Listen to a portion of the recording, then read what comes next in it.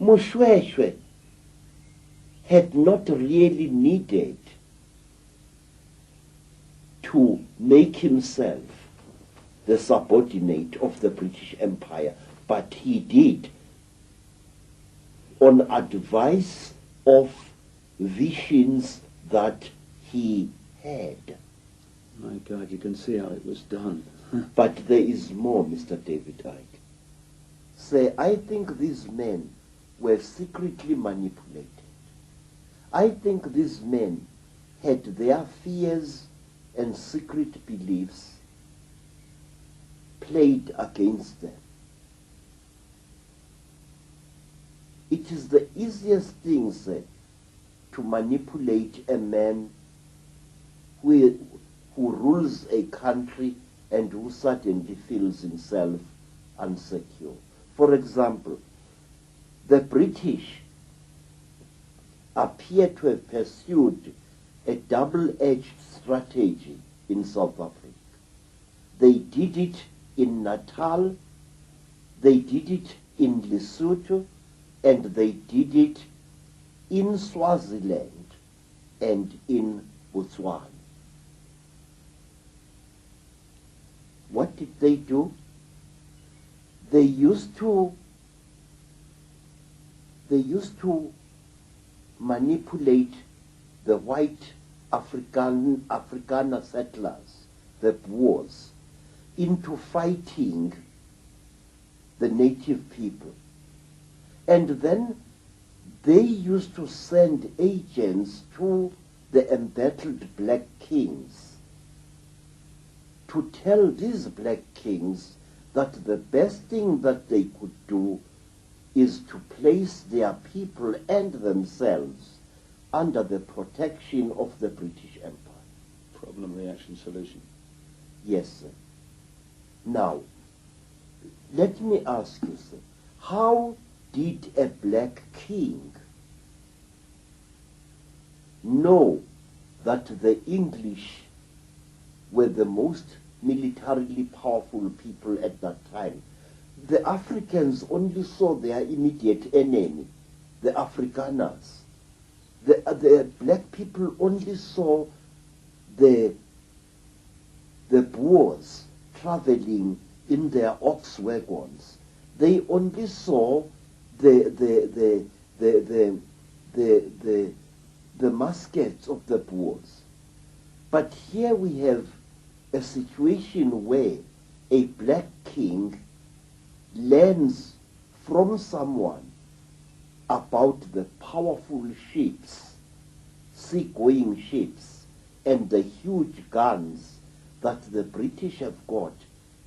And this king is then advised to place himself and his people under the protection of the British.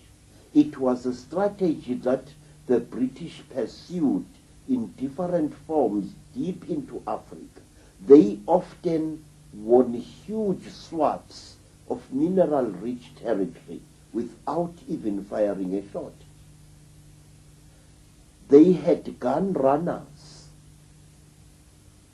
who smuggled bundles of muskets, tower muskets, and even Sniper rifles to black tribes.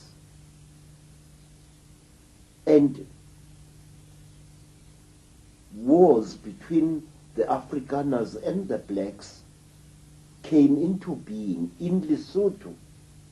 One of the reasons that forced Moshoeshoe to make Lesotho a protectorate under Great Britain was because he feared the repeated attacks which the angry Boers were launching against him, because some of his people were attacking the Boer farmers and stealing their cattle.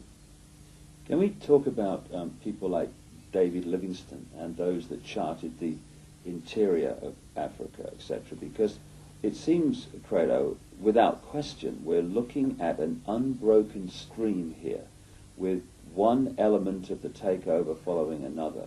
So surely those, quote, heroes of Britain that charted the interior of Africa must have been involved in the story. They were. they were. In fact, I can say to you now, sir, that the man in whose home Livingstone stayed, namely Reverend Moffat, was the one man who was grinding down King Khama's mind. He was the one man who used to send books and newspapers to Khama. They were living in the land of the Botswana, and they lived alone, a missionary and his wife. Reverend Moffat had a family of children at Kuruman in the Northern Cape. And Reverend Moffat received Livingstone. Reverend Moffat, because he was viewed by the Botswana as a man of God, could do what he liked in the land of the Botswana. He carved himself a huge stretch of land. He planted any vegetables or fruits there that he chose. Early in his arrival, he found that area teeming with buffaloes, which is why it is called Kuruman. It's really a corruption of the Botswana word Udumane, the gathering place of the buffaloes. Moffat used to welcome explorers and hunters, many of whom traveled alone through South Africa. And these hunters and adventurers, people like Reverend Campbell and others, were going through South Africa, exploring. Some of them wrote books about the local customs and the local tribes that they encountered. And I think these explorers were much more than what they seemed to be.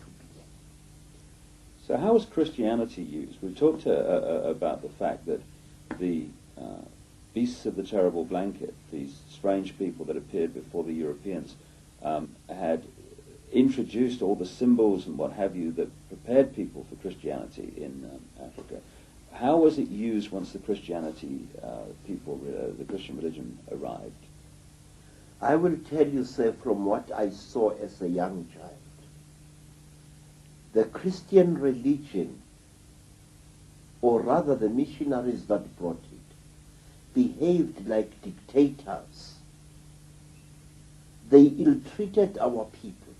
They humiliated them. And they stole huge tracts of land from our people using the name of Jesus Christ. I want to give you this historical facts.